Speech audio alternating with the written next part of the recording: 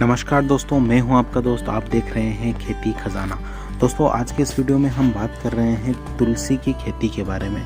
आप सभी को पता है कि आयुर्वेद का अभी इस समय काफ़ी महत्व बढ़ गया है, और जैसा कि आप सभी जानते हैं कि कोविड-19 से बचने के लिए आपके शरीर की इम्यूनिटी बहुत ही अच्छी होनी चाहिए। तो इम्यूनिटी बढ़ाने के लिए अभी खासकर हम आयुर्वेद का ही सहारा ले रहे हैं, जिसमें अश्वगंधा, तुलसी, शतावर, गिलोय, इस तरह की बहुत सारी औषधियों का प्रयोग किया जा रहा है। तो इसी श्रृंखला में आज हम बात करेंगे कि तुलसी की खेती आप कैसे कर सकते हैं, किस वैरायटी, किस किस्म का आपको चयन करना है, और किस तरह के तापमान और मिट्टी में आप इसे कर सकते हैं। दोस्तों, वीडियो को पूरा देखें, और अगर आपने अभी तक हमारे इस चैनल को सब्सक्राइब नहीं किया है तो जल्दी से लाल सब्सक्राइब बटन दबाएं, चैनल को सब्सक्राइब करें और बेल आइकॉन ज़रूर प्रेस करें ताकि आने वाले सभी वीडियो के नोटिफिकेशन आपको मिल सके। तो दोस्तों, तुलसी की जो खेती होती है, अगर इसकी बुआई का समय देखें हम खरीफ के मौसम में, तो इसकी बुआई का समय 1 जून से 31 जुलाई के बीच का है। इस समय आप इसकी खेती कर सकते हैं। यहीं पर अगर हम तापमान, मिट्टी की तैयारी और खेत की जुताई की बात करें तो तुलसी की खेती सभी प्रकार की मिट्टी में की जा सकती है। तुलसी की खेती के लिए 2 से 3 गहरी जुताई करना है, मिट्टी को भुरभुरी करके खेत को समतल बना लेना है, व इसके बाद में खेत में सिंचाई व जल निकासी की उचित व्यवस्था कर दे ताकि जो पौधे में गलन की समस्या होती है वो नहीं होगी। अब अगर इसमें हम नर्सरी की बात करें तो नर्सरी प्रबंधन के लिए आपको इसके 500 ग्राम बीज की तैयारी नर्सरी में करना है। तो 100 वर्ग मीटर क्षेत्र को में आपको नर्सरी तैयार करना है। इसमें आप 1 किलो DAP, 50 किलो गोबर की खाद उसमें डालना है और उसे अच्छे से मिला लेना है। उसके बाद में इसकी 1.5 मीटर चौड़ी व ऊपर उठी हुई क्यारी बनाना है और उस पर बीज आप लगा दें। इसको ऊपर से पाल से आप ढक दें ताकि ये जो अंकुरण होगा वो धूप से खराब ना हो। अब अगर हम इसकी किस्मों की बात करें दोस्तों, तो तुलसी की बहुत सारी वैरायटी होती हैं, जैसे कि अमृता तुलसी। अमृता तुलसी जो होती है पूरे भारत में पाई जाती है। इसके पत्ते गहरे जामुनी और घनी झाड़ी वाले होते हैं। यह कैंसर, दिल की बीमारियां, गठिया, डायबिटीज़ और पागलपन के इलाज के लिए प्रयोग की जाती है। जी हाँ दोस्तों, इसे बोलते हैं अमृता तुलसी। अगर दूसरी बात करें वैरायटी की, राम या काली तुलसी, तो ये जो तुलसी होती है यह चीन, ब्राज़ील, नेपाल और साथ ही बंगाल, बिहार, चटगांव और भारत के दक्षिणी क्षेत्रों में ये पाई जाती है। इसका तना जामुनी और पत्ते हरे रंग के और बहुत ज़्यादा सुगंधित होते हैं।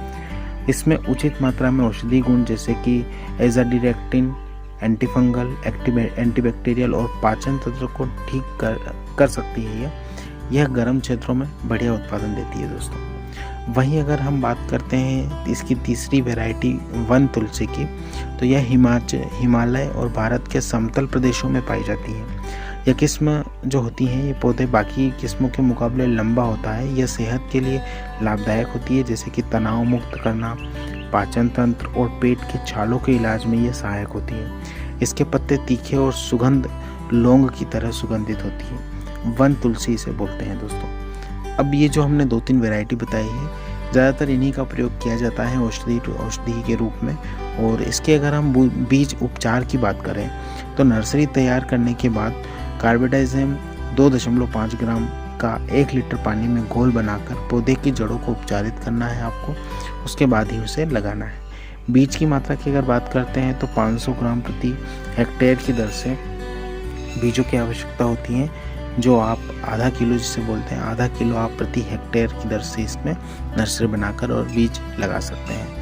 उर्वरक और खाद प्रबंधन की अगर बात करें दोस्तों, तो खेत में जुताई से पहले 10 से 15 टन गोबर की खाद व नाइट्रोजन 60 किलोग्राम, फास्फोरस 60 किलोग्राम और पोटास 40 किलोग्राम व जाइम 8 किलो प्रति हेक्टेयर की दर से आप उसमें आवश्यकता अनुसार डाल सकते हैं। वह इसकी नाइट्रोजन की जो मात्रा है वो 3 भागों में बांटकर अलग अलग समय पर आपको इसे देना है दोस्तों।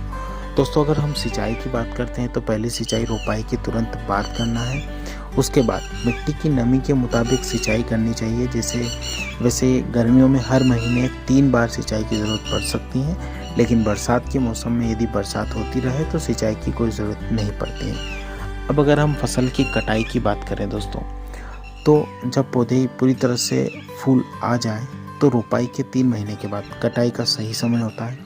ध्यान रहे कि तेल निकालने के लिए पौधे के 25 से 30 सेंटीमीटर ऊपरी शाखी भाग की कटाई करनी चाहिए, ताकि उसका जब आप उसे काटते हैं तो 25 से 30 सेंटीमीटर ऊपर से ही आप उसे काटें, ताकि उससे उसकी जो शाखा रहेगी उससे आप अच्छे से ऑयल प्रोसेसिंग कर सकते हैं।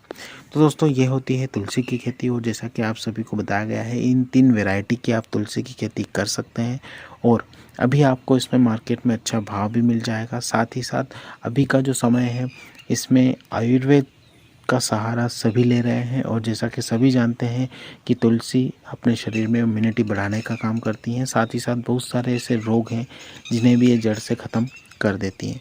तो आज की वीडियो में इतना ही। और दोस्तों जिस तरह से अगर आप पारंपरिक खेती करते आ रहे हैं, अगर उसमें आपको अच्छा मुनाफा नहीं मिल रहा है तो आप इस तरह से औषधि खेती करें, जिससे कि आपको 2 तरह का फ़ायदा होगा। एक तो आप उसका आर्थिक फ़ायदा ले पाएंगे, साथ ही साथ जब आप उस उत्पादन हो जाता है उसके बाद में जब आप इसी तुलसी का आप अपने घर में प्रयोग करेंगे तो आपकी इम्यूनिटी बढ़ेगी, साथ ही साथ आप रोग मुक्त हो जाएंगे।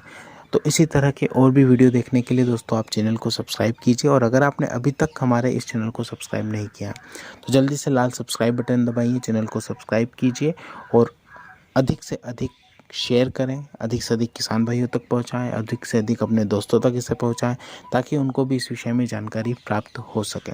धन्यवाद दोस्तों, आज की वीडियो में इतना ही। फिर मिलेंगे। जय जवान, जय किसान, जय हिंद, जय भारत।